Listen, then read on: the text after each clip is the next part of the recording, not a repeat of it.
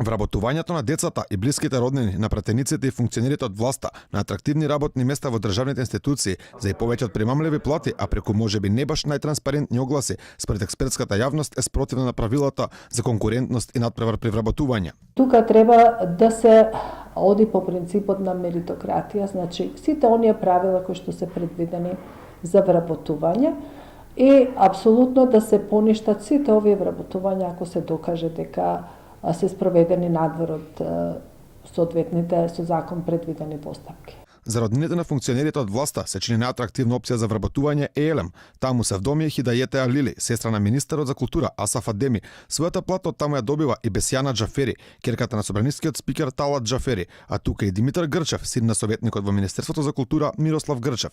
Нивни колега од неодамна е и Горан Стојчевски, син на претеничката Мира Стојчевска, кој според неговата мајка без нејзино знаење аплицирал за работното место, а семените вработувања кај Стојчевска не завршуваат со синот. Во Рек Битола се вработил и нејзиниот брат.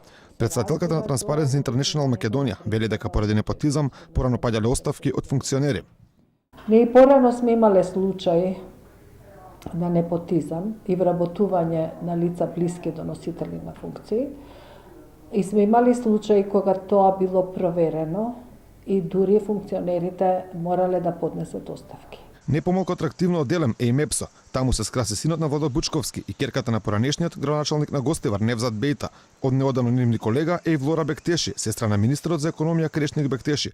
Тој вели дека не можел да влијае на нејзиното вработување. Според Тасева, ваквото тврдење треба да се земе со резерва. Тие што се носители на функции секогаш можат да влијаат. Значи, нивниот став дека не влијаеле не треба да биде земен здраво за готово, туку тоа треба да се провери. Освен експертската јавност, незадоволство од видливиот непотизам изразуваат и граѓаните. Одлично, одлично. Сите ги ставија во МЕПСО, во ЕЛМ, таму кај што се по 45.000 денари плата. Меѓутоа, може би се и квалитетни кадри. Не, Ворик.